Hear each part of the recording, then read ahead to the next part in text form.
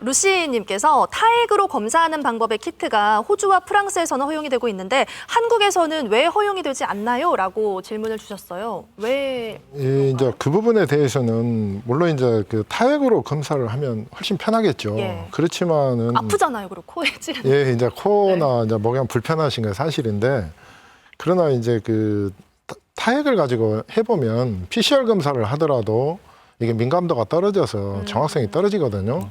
그런데 이제 PCR보다 조금 더 정확성이 더 떨어진다고 보는 그 신속항원 검사는 정말 이제 신뢰도에 문제가 생깁니다. 그래서 아직까지는 국내에서는 그 허용을 하지 않고 있습니다. 그래서 허가받은 제품도 없고요. 예. 그리고 또 이제 이게 앞으로 상용화가 된다 그러더라도 또 시간이 걸리기 때문에 지금 당장은 이제 현행대로 갈 수밖에 없는 것 같습니다. 그리고 이제 그 목에 혹시 증상이 있는 경우는 꼭 코뿐만 아니라 예. 목을 통해서도 그 검체를 채취를 할 수가 있습니다. 그런데 이제 지금 현재는 일반적으로 코를 통해서 채취를 하고 있습니다. 그거 목을 말씀해 주셨어요. 이제 목으로 검사하는 게 자가진단 키트에서 뭐 더 정확하다라는 이야기도 있던데 이거는 사실 여부가 어떻게 되나요? 그거는 그것은 관장님이 좀- 답을 예, 해주셔야 될 것 같은데. 대답하겠습니다. 지금 환자들이 저희한테 오면 자가에서 3번 정도 해도 다 음성이 나옵니다. 네. 왜 그러냐? 시중에 나와 있는 자가 키트들이 면봉이 작습니다. 그리고 두꺼워요. 그러다 보니까 본인이 아플까 봐 깊이 못 넣습니다. 제일 중요한 것은 아까도 말씀드렸지만은 그 우리 국장님 말씀드렸지만은 코 제일 뒤에 뒷부분에 비인두라고 있습니다. 그 부위가 바이러스의 저장고입니다. 그 부분은 코로도 들어갈 수 있고 목젖 뒤로도 들어갈 수 있습니다. 그 부위를 채취를 정확히 해야지 양성 여부가 판가됩니다. 몇 번 자가 음성해도 어저께까지 3번 했다고 그래요. 오늘 와서 보면 제가 딱 보면 증상 들어보고 저 깊숙이 한 7cm 정도, 환자들은 2cm, 3cm밖에 안 넣습니다. 씻어준 정도 조심스럽게 넣어서 채취해보면 제가 생각한 대로 대부분 양성으로 나온 경우가 많습니다.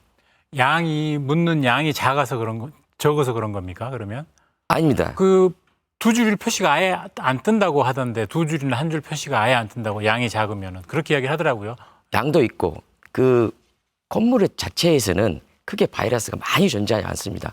코 뒤쪽에 있는 아까 제가 말씀드린 데 같이 비인두 뒤쪽에 가서 그 진한 액체들이 많이 있습니다. 거기가 바이러스가 많이 살고 있습니다. 그러니까 목에 더 바이러스 양이 많기 때문이다. 그러죠. 코 뒤쪽하고 목젖 뒤쪽입니다. 예. 예. 그러면 자가검사 키트를 하려면은 제대로 하고 안 하면 그렇죠. 안 하는 게 사실은 더 나은데요. 그렇지, 맞습니다. 근데 자가 사실 키트를 약국에서 많이 구입해봤자 본인이 2cm만 넣어갖고는 아파서 안 들어갑니다, 깊이. 그러려면 차라리 병원에 가서 한 번에 깊이 넣어가지고 한 번에 채취하고 양성 여부를 판가름하는 것이 바람직합니다. 네, 자가검사 키트 이야기했고요. 아마 사람들이 가장 궁금한 것 중에 하나가 마스크 착용 여부 겁니다. 이미 서구 국가들에서는 마스크 벗는 국가들이 꽤 많지 않습니까? 우리나라에서는 마스크 의무 착용 언제쯤이나 풀릴 수 있을 것 같습니까? 이제 그 마스크 벗고 싶은 욕망이야 누구나 다 똑같지 않겠습니까? 그렇지만은 이제 현재 상황으로 봤을 때 단계적으로 어떤 정부에서 방침을 정하지 않겠느냐 이렇게 생각을 합니다. 그래서 어느 정도 안정세가 되면 일단 야외 생활에서부터 마스크 벗는 것이 이제 정착이 되지 않을까 이렇게 예측을 해 봅니다만은 사실 그 시기가 언제라고는 그 이렇게 함부로 말씀드리기가 좀 부담스러운 것은 사실입니다. 그래서 아마 머지않아서는 야외 생활에서부터는 해서 차근차근 마스크 벗고 일상으로 돌아가는 그런 기대를 해도 좋지 않겠느냐 이렇게 생각을 합니다. 그럼 해외에서는 먼저 마스크를 벗게 그런 대책이 내려진 이유는 뭐라고 봐야 될까요? 문화 차이인 거. 아무래도 그 문화 차이도 있다고 이렇게 봅니다. 그리고 이제 우리가 그동안에 그 방역에서 가장 성과가 좋았던 것은 뭐니 해도 마스크 착용을 세계에서 우리 국민들처럼 잘 하는 곳은 없는 것으로 알고 있습니다. 그렇기 때문에 이 마스크에 대해서는 그 외국의 사례에 대해서 우리가 크게 신경 쓸 필요가 없다 이렇게 생각을 합니다. 다음 질문도 좀 살펴볼게요. 부스터샷까지 맞고, 그러니까 3차까지 맞고 확진이 됐는데 만약 4차 접종을 해야 한다면 언제 4차를 맞아도 되는지 질문을 주셨거든요. 이거는 단장님께서 답변해 주시겠어요? 제가 말씀드릴게요. 제가 지금 현재 그 4차 접종에 대해서 일반인을 대상으로는 접종 계획은 없습니다.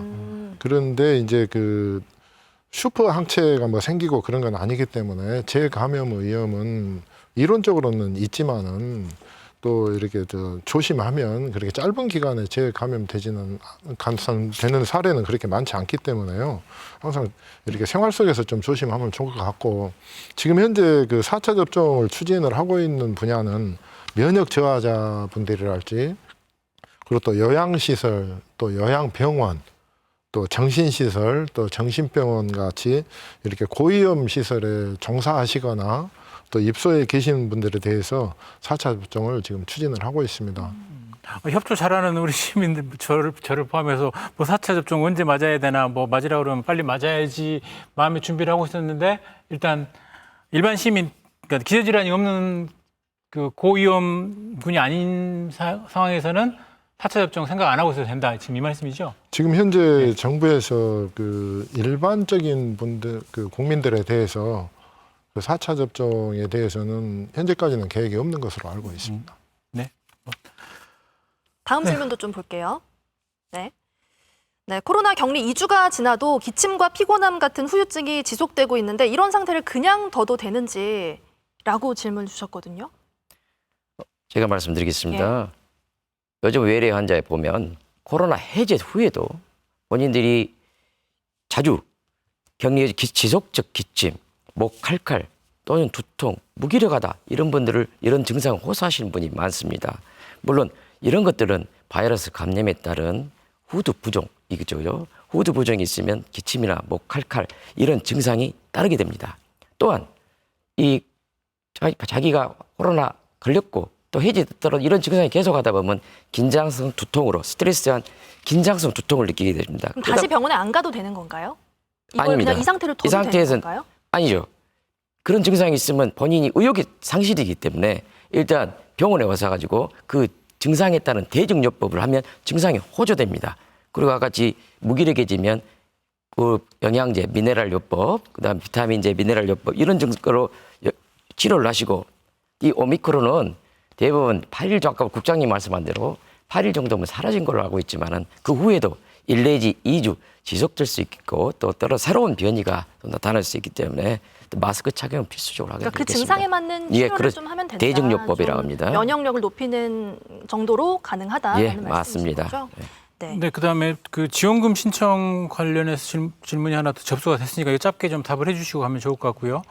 지원금 신청하려고 하는데 어떻게 해야 되는지 주소지가 다를 경우에 예, 이제 주소지하고 그 확진되신 것이 다르시더라도 일단 주소지 읍면동에 신청을 하시면 됩니다. 신청은 이제 직접 방문하셔도 되고요. 또 팩스나 이메일로 신청하셔도 되는데 격리 해제일로부터 3개월 이내에 신청을 하시면 그 시군구에서 이제 지원 여부를 결정을 해서 지급을 하게 됩니다. 지금은 그 10만 원, 15만 원인가요? 그렇게? 예, 그렇습니다. 3월 16일부터 기준이 좀 바뀌어가지고요. 좀 줄더라고요. 예, 많이 그렇죠.